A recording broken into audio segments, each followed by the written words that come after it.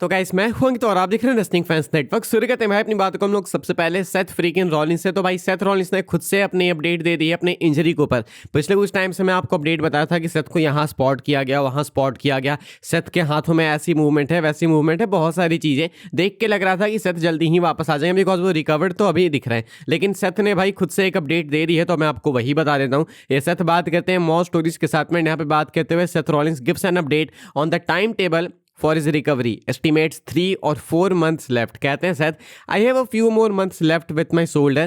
I had the rotator cuff surgery 8 weeks ago, almost 9 from where we are talking right now. So I got another 3 months, 4 months at least. कहते हैं Seth Rollins कि अभी कुछ महीने बाकी हैं recovery complete होने में, वापस आने में। मैंने ली थी रोटेटर कफ सर्जरी, ऐसा सेथ का कहना। also कहते हैं कि अब यहाँ से आप मान के चलो कि मुझे कुछ 8-9 हफ्ते हो गए हैं अभी सर्जरी को लिए हुए। तो अगर कमबैक की बात करें तो कम से कम 3 महीने लगेंगे, यानी तो 4 महीने तो कम से कम लगेंगे। सेथ का कहना है कि यहाँ से भी रिकवर करने में उनको 4 महीने लगेंगे। सर्जरी को भी 8-9 हफ्ते हो चुके हैं, यानी 2 महीने सर्जरी के बाद निकल चुके हैं, ऐसा सेथ का कहना है। एंड अभी 4 महीने और बाकी हैं। So according to Seth Rollins आपको अभी देखने को नहीं मिलेंगे सेथ अगले 4 महीने तक। दिसंबर है ये, जनवरी, फरवरी, मार्च, अप्रैल, बिल्कुल रेसलमेनिया का टाइम है ये। अब देखो सेथ ऑब्वियसली यही बोलेंगे कि उनको टाइम लगेगा। हमने अभी देखा कि समरस्लैम में तो वो इंजर भी नहीं थे, लेकिन उनको इंजर्ड दिखाया गया एंड उसके बाद वो आए वापस फैंस को सरप्राइज देने। तो यहाँ पे अपनी वो एग्जैक्ट डेट नहीं बता देंगे, लेकिन जिस तरीके से अपने हाथों को वो बिल्कुल फ्रीली मूव कर रहे हैं, बहुत अच्छे से, बिना किसी हेजिटेशन के,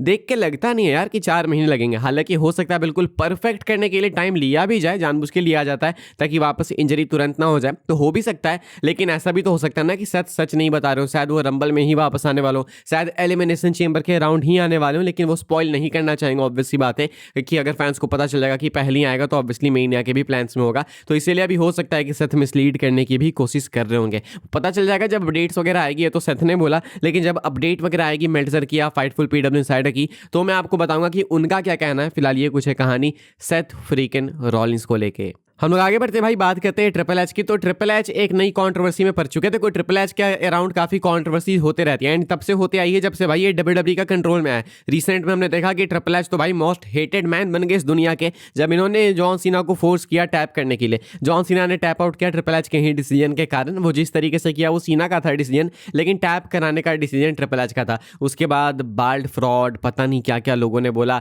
डेथ थ्रेट्स दिए, लोग चाह रहे थे कि ट्रिपल एच की डेथ हो जाए, बहुत सी चीजें। अभी एक नई कंट्रोवर्सी में ट्रिपल एच पड़ चुके हैं, लेकिन इसमें ट्रिपल एच की गलती है क्या, ये क्वेश्चन है। ट्रिपल एच अभी अगर आपको नहीं पता तो मैं आपको बता दूं कि ट्रंप की प्रेसिडेंसी के साथ में मिलकर काम कर रहे हैं। एक्चुअली ऐसा नहीं है कि वो कोई मेंबर है उनके साथ में, व्हाइट हाउस में वो काफी आते जाते रहते हैं। एंड ट्रंप के लोगों ने भाई ट्रिपल एच को ये रोल दिया है कि वो यूथ को मोटिवेट करेंगे फिजिकली फिट होने के लिए। यानी कि ट्रिपल एच को ये कारोबार मिला है व्हाइट हाउस की तरफ से कि आप लोगों के नजरों में ना इस चीज को यूनिक दिखाओ, स्पेशल दिखाओ, ताकि लोग इस चीज को देख के अट्रैक्ट हों एंड वो इस चीज को देख के खुद अपने आप को फिजिकली फिट रखने की कोशिश करें। एंड ट्रिपल एच अगर खुद आएगा, लोगों ने ट्रिपल एच को देख रखा है, लोग जानते हैं कि ट्रिपल एच भाई किस तरीके की फिजिक मेंटेन करते थे। आज भी ट्रिपल एच काफी सही है, हाँ अलग बात है कि पहले जैसे तो बिल्कुल नहीं है, लेकिन still he is in a better position भाई बाकियों से कंपेयर करो तो इसलिए ट्रिपल एच को रखा गया कि ट्रिपल एच अगर मोटिवेट करेंगे यूथ को तो यूथ डेफिनेटली इस फील्ड में आना चाहेगा, खुद को फिट रखना चाहेगा। अब ऐसे में एक नई वीडियो रिलीज की गई व्हाइट हाउस के ट्विटर अकाउंट से एंड इसके बाद इंटरनेट एरप्ट हो गया। अगर आपको नहीं पता तो बता दो भाई कि जो ट्विटर है वो ट्रंप के बिल्कुल अगेंस्ट है। मतलब 90% लोग, मुझे देख के लगता है कि ट्रंप के अगेंस्ट है।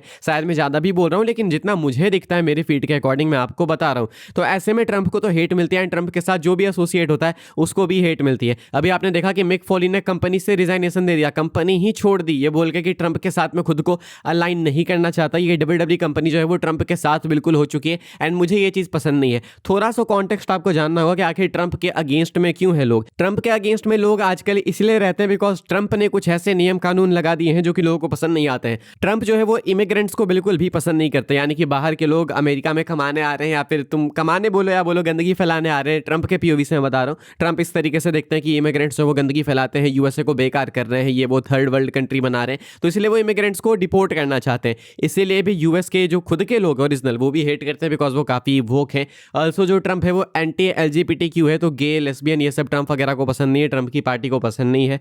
ऑल्सो देखने से लगता है कि जो ट्रंप है भाई वो एंटी मुस्लिम भी है, तो ये भी एक रीज़न है कि मुस्लिम मेजोरिटी उनको काफ़ी हेट करती है। एंड इतना तो छोड़ो भाई, अपने इंडिया से भी लोग इनको हेट करते हैं काफ़ी, जिन्होंने भाई पता नहीं क्या क्या लगा दिया, टैक्स CTC, तो इंडिया के साथ भी काफ़ी खिलवाड़ कर रहे हैं। तो देखो हर तरफ से हेट तो इनको मिल रही है, और बनता भी है सही बोलूँ तो इसलिए ट्रिपल एच इनके साथ एसोसिएट हो रहे हैं, तो ट्रिपल एच को भी हेट मिल रही है। लोगों ने यहाँ पे ये भी कह दिया कि जो ट्रिपल एच है डिजर्व करता है मरना। कुछ का तो ये कहना है कि भाई ये बताओ ज्ञान दे रहा है फिजिकली फिट होने पे, इसने तो खुद पेस मेकर लगा के रखा है अपने हार्ट के पास। तो लोग ऐसे मजाक भी बना रहे हैं ट्रिपल एच के हार्ट अटैक का, जो कि एक गलत चीज़ है मेरे अकॉर्डिंग भाई। अब हार्ट अटैक किसी को भी आ सकता है भाई, नेसेसरी थोड़ी है कि आप फिजिकली फिट हो तो आपको आए ना। लोग इधर जिम जा रहे हैं भाई, वो अचानक से ही मर जा रहे हैं, जिम में ही मर जा रहे हैं, तो उनका क्या, तो फिजिकली फिट है लेकिन फिर भी डेथ आ जा रही है उनकी। तो कभी भी कुछ भी हो सकता है, लेकिन ऐसे मजाक नहीं बनाना चाहिए भाई किसी का हार्ट इशूज़ का यहाँ पे मजाक बनाएगा, वो मेरे को गलत लगा। बाकी तो आप बताना कि आप क्या सोचते हो। आगे बढ़ते हैं भाई, हम लोग बात करते हैं अपनी आखिरी स्टोरी के बारे में, जो कि रॉयल रंबल सऊदी अरेबिया को लेके। तो भाई WWE के पास है रंबल सऊदी अरेबिया को लेके